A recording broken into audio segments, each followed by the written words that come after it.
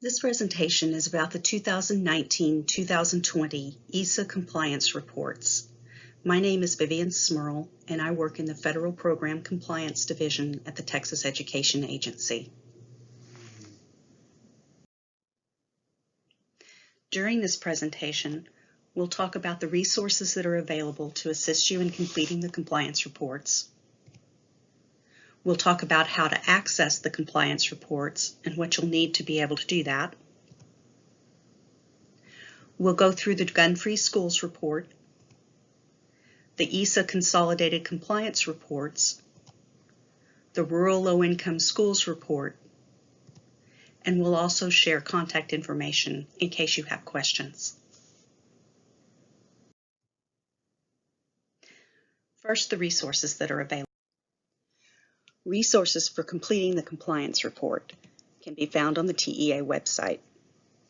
These include mock-ups showing each of the schedules, instruction documents, a guide to answering the program implementation questions, and links to this complete video presentation, as well as for individual sections of the video.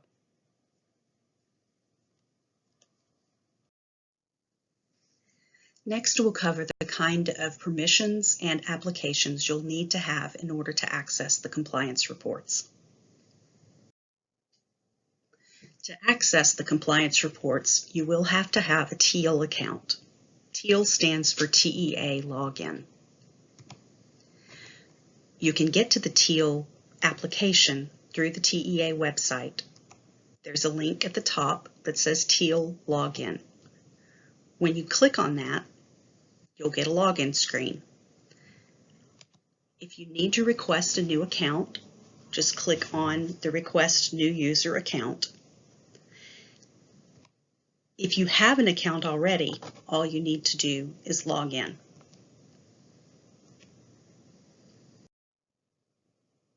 Once you're inside the TEAL application, check to see if you have eGrants as one of the applications in your list.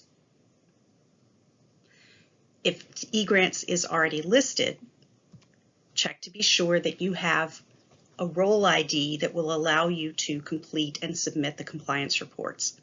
Mine says TEA staff, but if you are completing it from the LEA side, you should see either grantee official or grantee manager as the role if you are going to be able to complete and submit the compliance reports. If you don't see eGrants listed on your application list inside TEAL, we'll need to figure out how to add it. You can go to either My Accounts or My Application Account, and what you'll see is a fairly complicated screen that gets kind of crowded, but what you really want, if you're going to request a new account, is to see this link here, sort of in the middle on the left-hand side of the pop-up that says Request New Account. If you click on that button, you'll get a drop-down list of all of the accounts that are available through TEAL. Scroll down and pick eGrants and follow the instructions that come up. It's important to do this early in the process because getting permission through TEAL and access to eGrants can be a 2 to 3 day process depending on how long it takes to get through all of the approvals.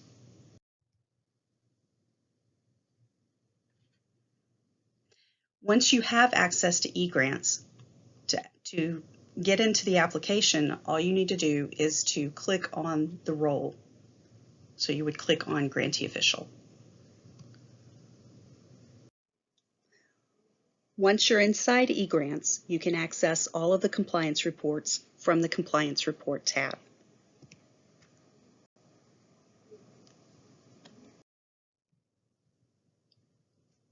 We're going to talk first about the Gun-Free Schools reports. So in the Compliance Report tab, you'll click first on the 2019-2020 PRxxx-Title Gun-Free Schools District Report. The basic functionality of the Gun-Free Schools report is similar to other compliance reports in eGrants. The buttons at the top allow you to access a printable version of the document, to exit back to the table of contents to see other compliance reports, to save the document at any point, which also will run the validation checks to be sure that the document's completed correctly, and an instruction document. To complete the report, the LEA will answer yes or no as to whether it will request any federal funds in the 2020-2021 school year. The LEA will also answer yes or no as to whether any students were found to have brought a firearm to school. If there's any additional data the LEA needs to share, there is an additional data box. This is an optional box. To enter the primary contact information for the Gun-Free Schools report, choose a name from the drop-down box under Select Contact. If the name the LEA wishes to enter does not appear here, simply click on Add New Contact to be taken to the schedule that allows the LEA to enter all the new contact information. Once the information is entered on the contact schedule, the LEA can return to the Gun-Free Schools report and select that contact from the drop-down box.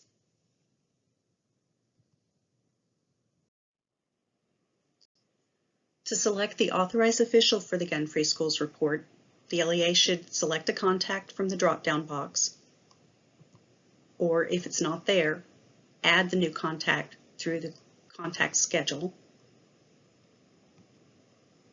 save the district report, and then once it has saved successfully,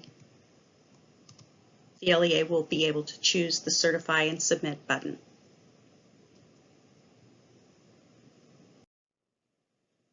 If the LEA answers yes on question 2 of the district report, the LEA must also complete a campus report for each campus involved. The LEA can access the campus report from the Compliance Report tab. By clicking on the link to the campus report, the LEA will access a list of all the campuses in the LEA. For example, if I wanted to select campus ABC, I would find that in the list, click it, and it would take me to the campus report. Inside the campus report, the functionality buttons at the top work like on all the other reports, to get a printable version, to exit, to save, or to see instructions. The campus name and campus number will be pre-printed to correspond with the campus that the LEA selected from the drop-down list.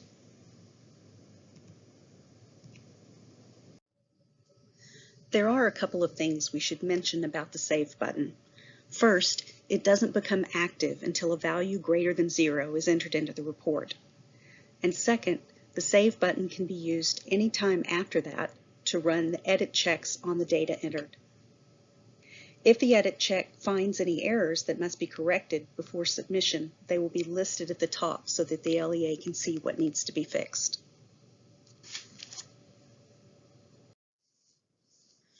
The first section of the campus report is asking for the unduplicated number of students who were involved in an incident with a firearm. So the LEA would complete the report by grade to list the unduplicated number of students.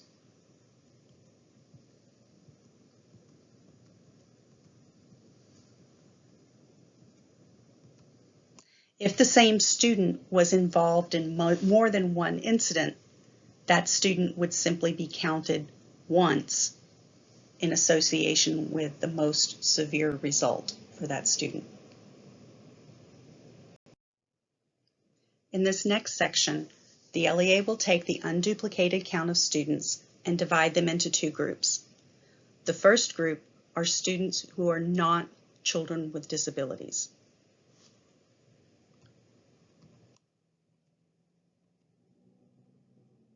The second group is students who are children with disabilities.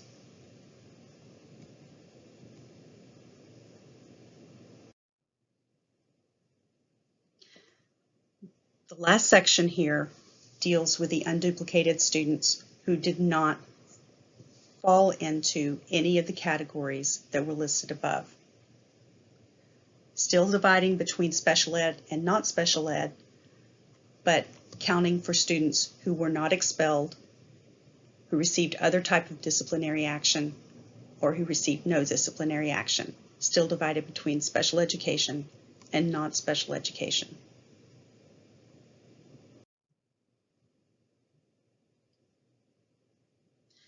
In this section, the LEA is dealing with number of incidents, not students. So by grade level, the LEA would record the number of incidents involving each of these types of weapons. Again, number of incidents, not number of students.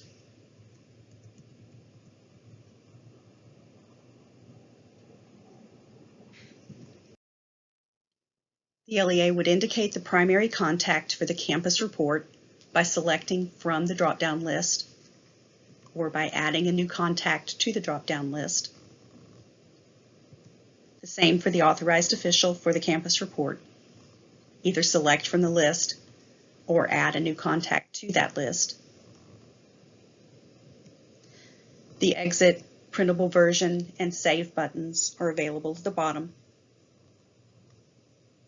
And remember that the LEA must certify and submit the report once it's been saved successfully. It is very important that the LEA submit the Gun-Free Schools reports. If the LEA does not submit its Gun-Free School report, TEA cannot issue NOGAs for the LEA's federal grants. The due date for the reports is June 29, 2020. If the reports are not submitted by that date, LEAs will be contacted to come into compliance before NOGAs can be released. Questions related to the Gun-Free Schools district and campus reports should be sent to essasupport@tea.texas.gov. In this section, we'll discuss the 2019-2020 ESSA Consolidated Compliance Report. The projected availability for the ESSA Consolidated Compliance Report is mid-July 2020.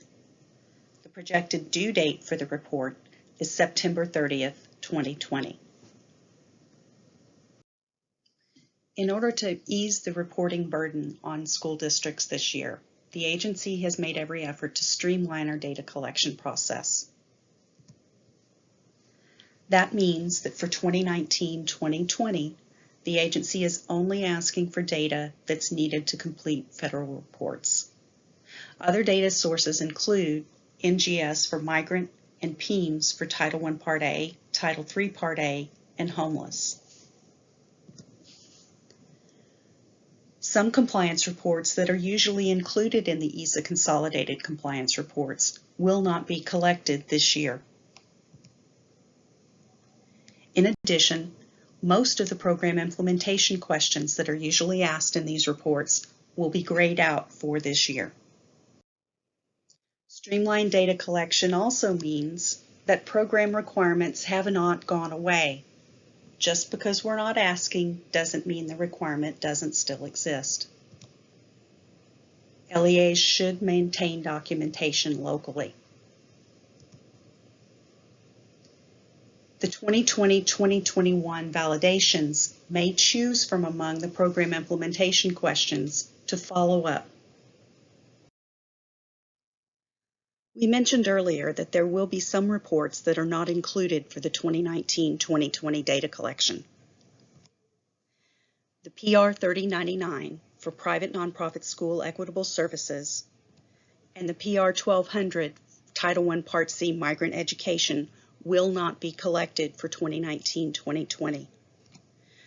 Our expectation is that these reports will become active again for the 2020-2021 compliance report.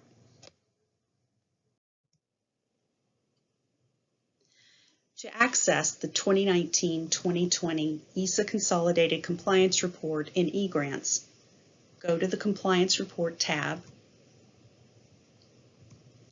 and select 2019-2020 ESSA Consolidated Compliance Report.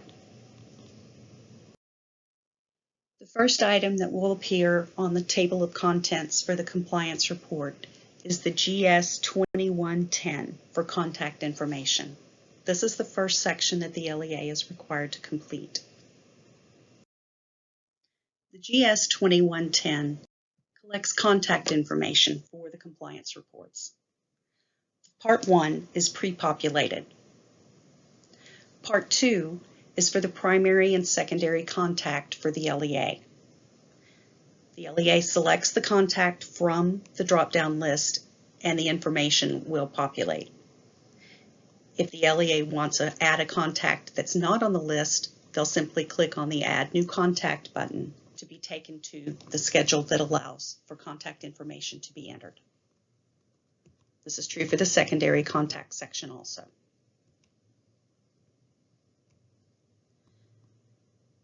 The additional contacts are optional. If the LEA has a program contact that they wish to add, they can simply fill it in here. These additional optional contacts are not listed on the drop-down list. Once the LEA has saved the GS2110, the other compliance reports will appear on the table of contents. When the LEA has successfully saved each of these compliance reports, a green check will appear to the left. Once all of the compliance reports have been successfully saved, the LEA will be allowed to submit. The PR1000 is the compliance report for Title I Part. The PR1000 has the same functionality as other compliance reports. There's a button at the top for the printable version, a button to access the table of contents, a button to save, and a button to access the instructions. As you'll notice on this schedule, several lines have been grayed out as part of our streamlining for this year. The two questions on line 2 and line 7, we are asking for expenditures in these categories because that is what is used to trigger Part 6. So we are asking for expenditures related to eligible private nonprofit school students, not including administration, and services to students residing in local facilities for the neglected.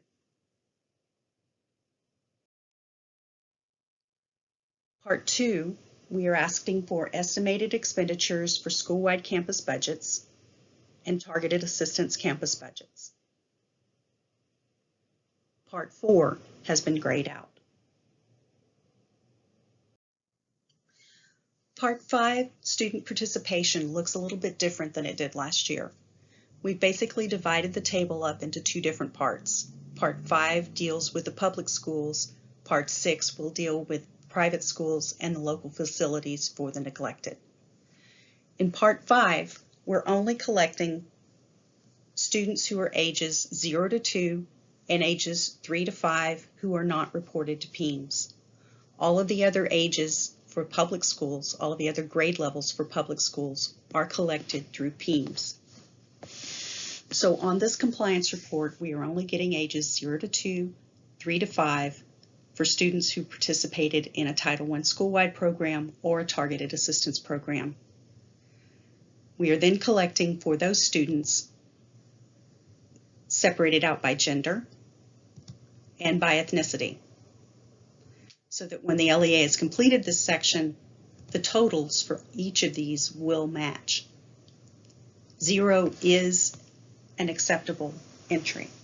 In fact, if the LEA has no students, the LEA has to put zeros. There can't be blanks. On Part 6, let me make that a little bit bigger so you guys can see.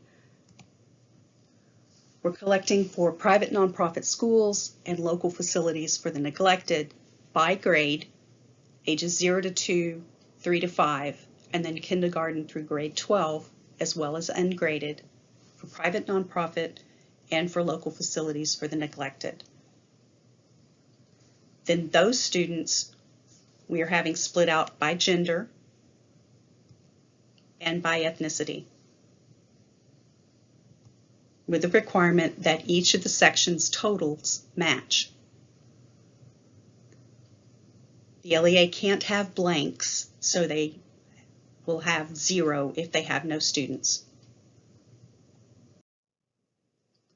Part 7, which is for the program implementation questions, the section has been grayed out.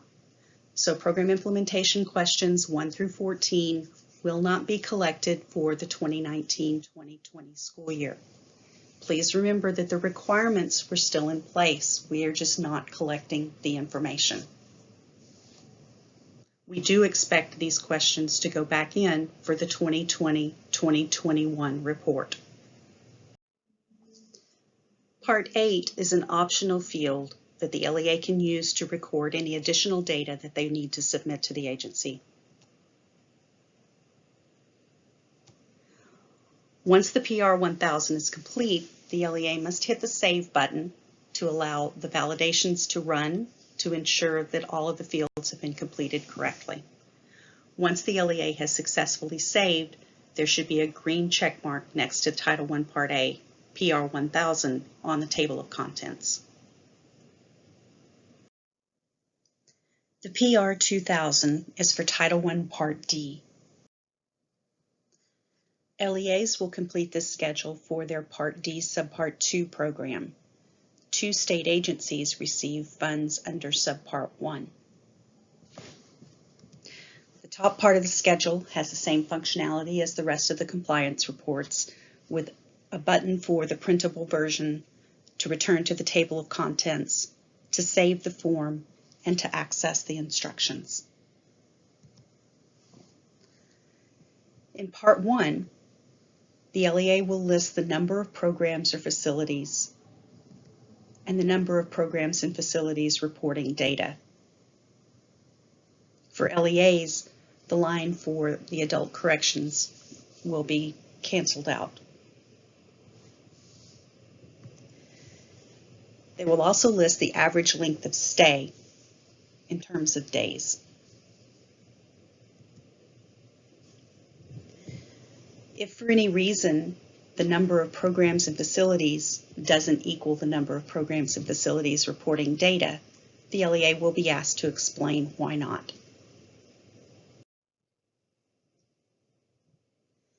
In Part 2, the LEA will report student participation. In terms of long-term students served, this is the number of students who've been in the facility or program for at least 90 consecutive days.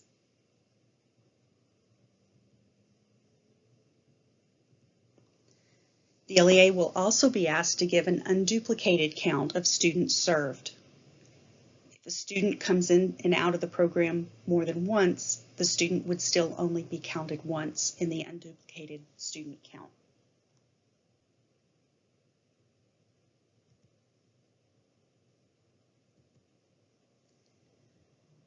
The unduplicated student count will be subdivided by gender,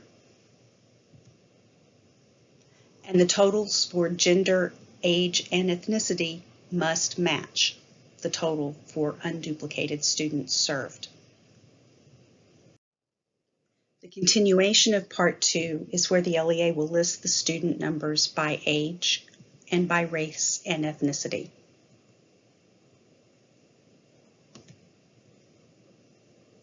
Again, the numbers for the totals of each of these groups must match the total number of unduplicated students. Part 3 is asking about academic and vocational outcomes. Number 1 is asking for the number of students who enrolled in their local school district within 90 calendar days of exit. Number 2 and 3 are asking about the number of students who earned a high school equivalency or a high school diploma either in the facility or within 90 days after exit for each type of program.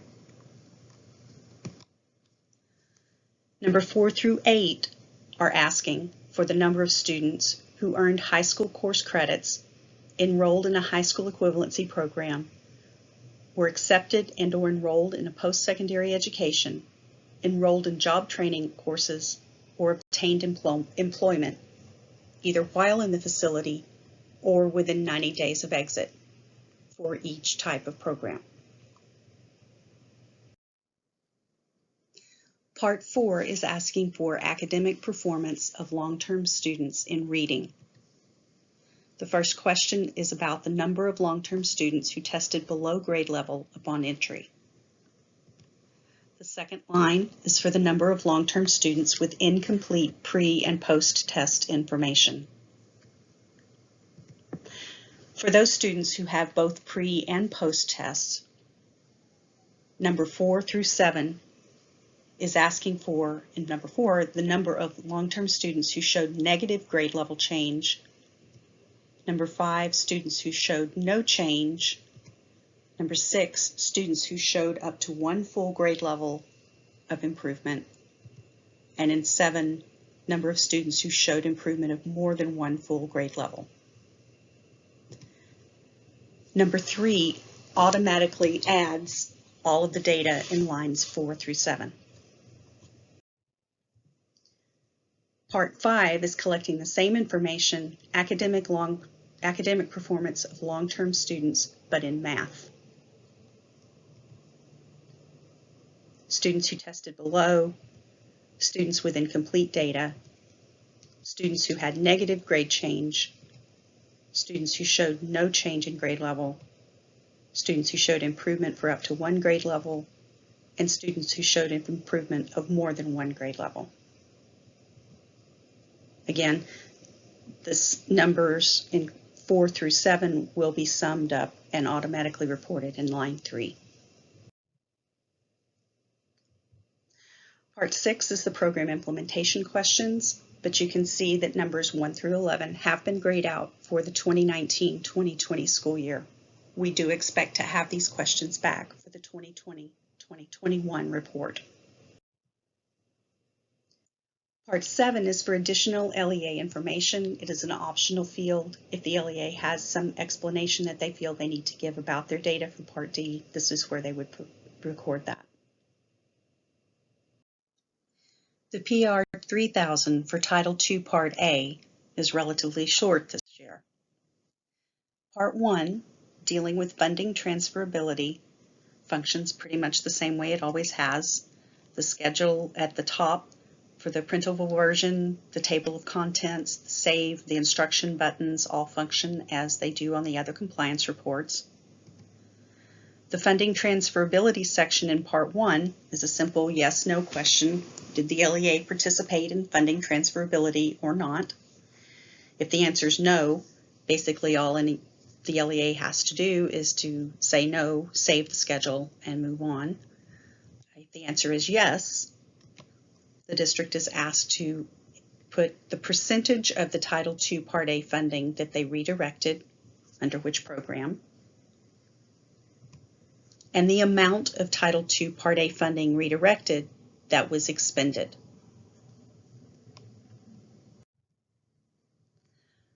Part 2, the section that is completed for REAP, has been grayed out for the 2019-2020 school year.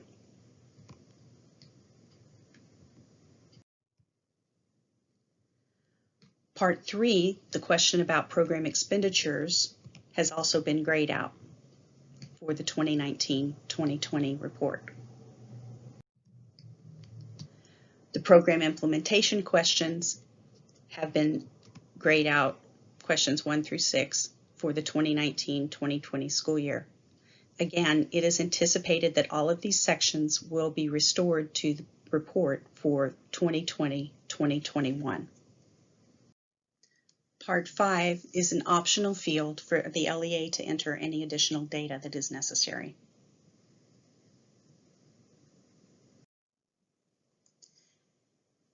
In the 2019-2020 report, the information for Title III Part A, ELA, and Title III Part A, Immigrant, have been separated into 2 different reports. The PR 3002 is for Title III Part A, ELA.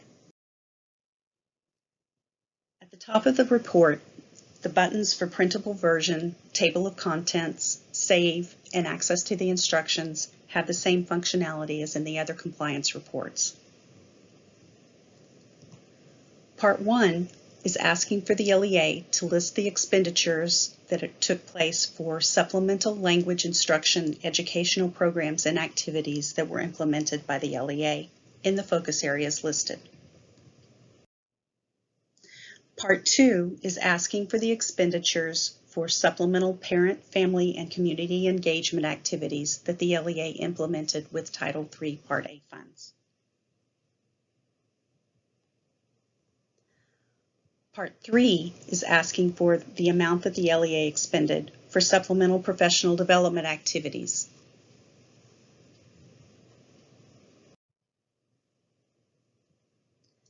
In Part 4, the LEA will indicate yes or no whether they offered a newcomer program or a bilingual program. If the LEA offered a bilingual program, they are asked to indicate what types of program models were used.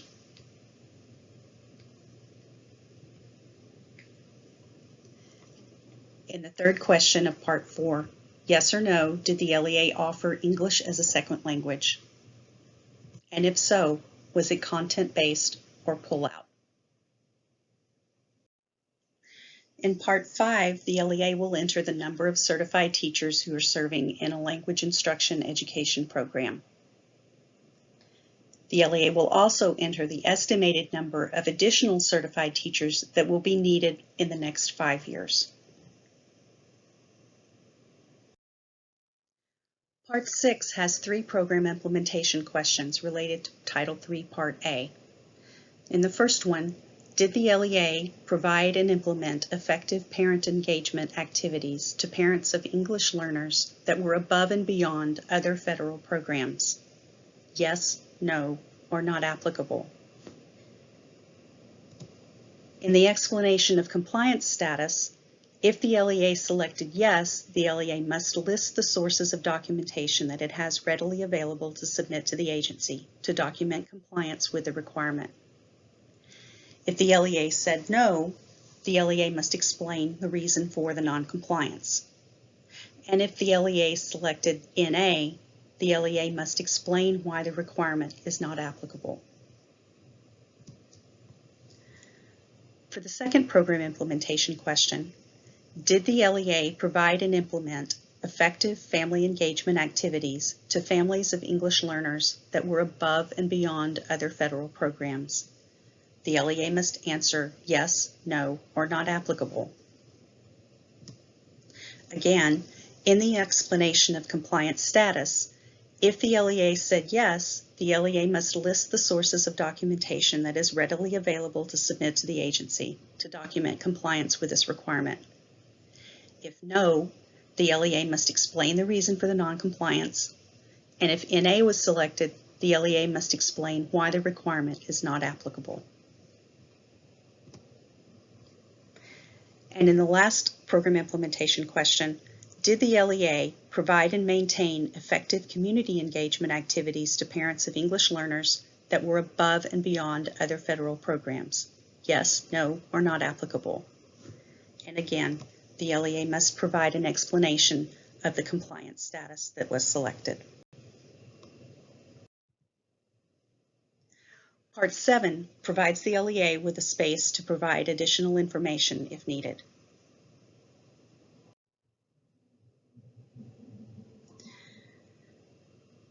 The number of the performance report for Title III Part A Immigrant was not available at the time that this presentation was created. However, I'm sure it will have a number by the time it appears in eGrants. The compliance report for Title III Part A Immigrant will have the same functionality at the top of the schedule as the other compliance reports in terms of having access to a printable version, to return to the table of contents, to save the schedule, or to access the instruction document.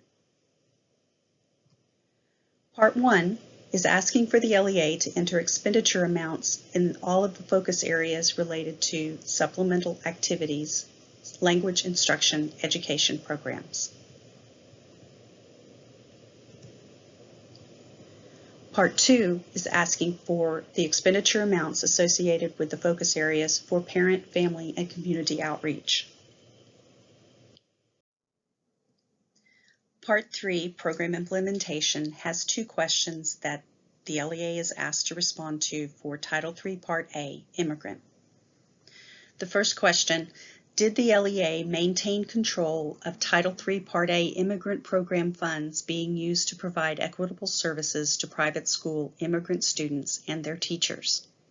Yes, no, or not applicable. Again, if the LEA said yes, the LEA must list the sources of documentation that are readily available to submit to the agency to document compliance with this requirement. If no, the LEA must explain the reason for the non-compliance, and if NA is selected, the LEA must explain why the requirement is not applicable. The second question among the program implementation questions, did the LEA's Title III Part A immigrant-funded programs provide enhanced instructional opportunities for immigrant children and youth? Yes, no, or not applicable. The LEA is asked to explain the compliance status. If yes is selected, the LEA must list the sources of documentation. If no is selected, the LEA must explain the reason for non-compliance. Or if NA is selected, the LEA must explain why the requirement is not applicable. In Part 4, there is additional space that the LEA may use to provide additional information. This is an optional space. PR 3107, Title IV Part A. The functionality of the buttons at the top of the report are the same as for the other compliance reports, giving the LEA a way to print the report, a way back to the table of contents, a way to save, and a way to access the instructions. The first part of the report for Title IV Part A asks whether the LEA had participated in the funding transferability program with its Title IV Part A funds. If the LEA says no, this part is grayed out. If the LEA says yes, the LEA is asked to give the percentage of the Title IV funding that was redirected under funding transferability and to what program it was directed to. And the LEA is asked to give the amount of funds that were redirected that were actually spent. Part 2 for REAP has been grayed out.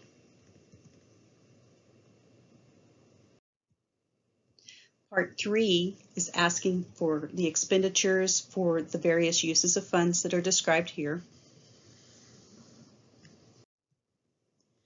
Part 4, Program Implementation. The Program Implementation questions 1 through 6 have been grayed out for the 2019-2020 school year.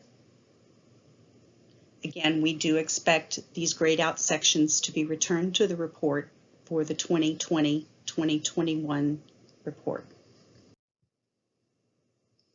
Part 5 is an additional information box that is optional for Title IV Part A. The PR 6200 is for the unsafe school choice. Again, the functionality at the top of the schedule is the same as the other compliance reports. In Part 1, the LEA reports on the number of persistently dangerous schools. Were any students transferred from any campus due to the school being identified as persistently dangerous?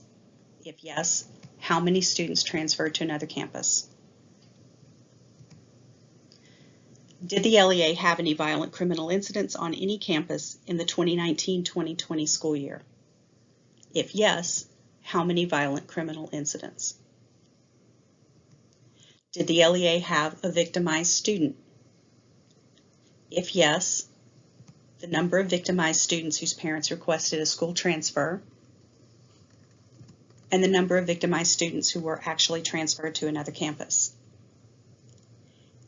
If the number of students who were actually transferred is less than the number of students whose parents requested a transfer, the LEA is asked to explain the difference. Also, of those students whose parents requested a transfer, the LEA is asked to report the number of campuses within the LEA boundaries where the students were transferred, or the number of campuses outside the LEA boundaries where the students were transferred. The program implementation questions 1 through 3 have been grayed out on this schedule for the 2019-2020 school year. We do expect them to return for next year's report. Part 4 is a space for the LEA to provide any additional data. It is optional. The PRxxxX-Title is for the homeless education program under the McKinney-Vento program. Again, the functionality at the top of the report is the same as for other compliance reports, giving access for the printable version, a way back to the table of contents, a way to save, and a way to access the instructions. The first question is whether the LEA provided services to homeless students through the McKinney-Vento program. The second question deals with unduplicated homeless counts for ages 0 to 2 and ages 3 to 5 who are not enrolled in pre-K or K. We're collecting these ages through the compliance reports because these groups are not reported to PEIMS. The other grade levels are reported to PEIMS, and that's why we don't have to collect them through the compliance reports. So here we get the unduplicated count of number of students who are served in the McKinney-Vento program and the number of unaccompanied youth. The second category of question here for those grade levels or for those ages is an unduplicated number of homeless students by primary nighttime residents. Number of students in shelters, number of students doubled up, number of students unsheltered, and the number of students in hotels or motels.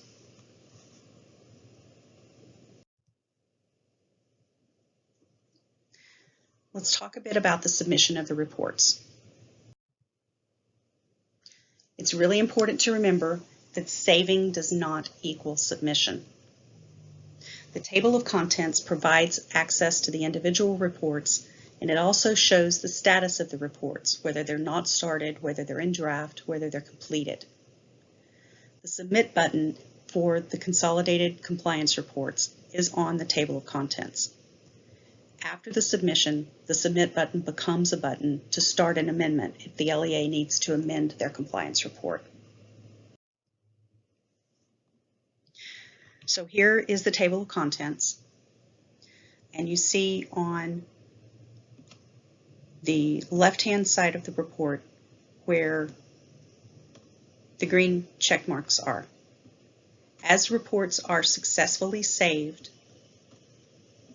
the green check mark shows that it has passed all of the internal edits. The numbers that are supposed to add up. The LEA hasn't left any blanks. Those are all good to go. So when those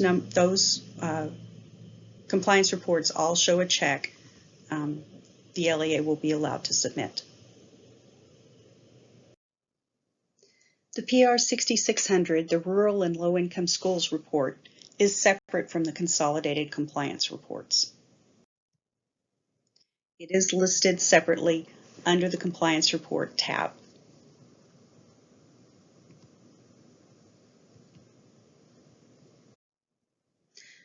Part 1 of the 6600 is automatically populated. Part 2, the LEA contact. The LEA would complete this by selecting the contact from the drop-down box, or if necessary, by adding a new contact to the contact schedule and coming back and selecting that added contact, which would then populate the contact information. This would also be done for the secondary contact for the Rural and Low-Income Schools program.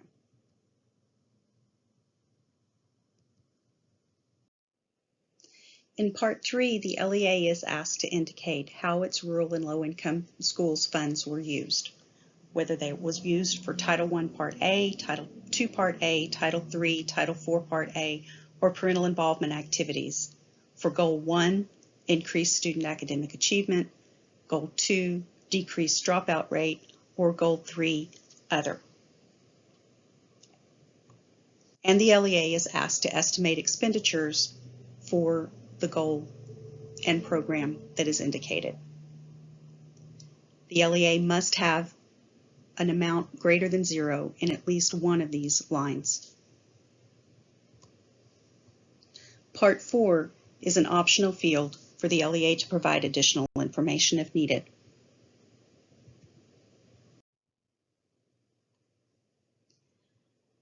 The LEA is requested to select a contact for its authorized official from the drop-down list, or to add a new contact and then come back and select that contact from the drop-down list. The report has to be saved, and then once it has been successfully saved with no errors, the LEA is allowed to certify and submit it. Contact information for the compliance report questions. Questions that are related to all of the ESSA compliance reports should be sent to essasupport@tea.texas.gov. Any programmatic questions that are outside the scope of the compliance reports will be forwarded to the appropriate program staff for a response. Thank you very much for your attention during this presentation. We look forward to helping you with your questions.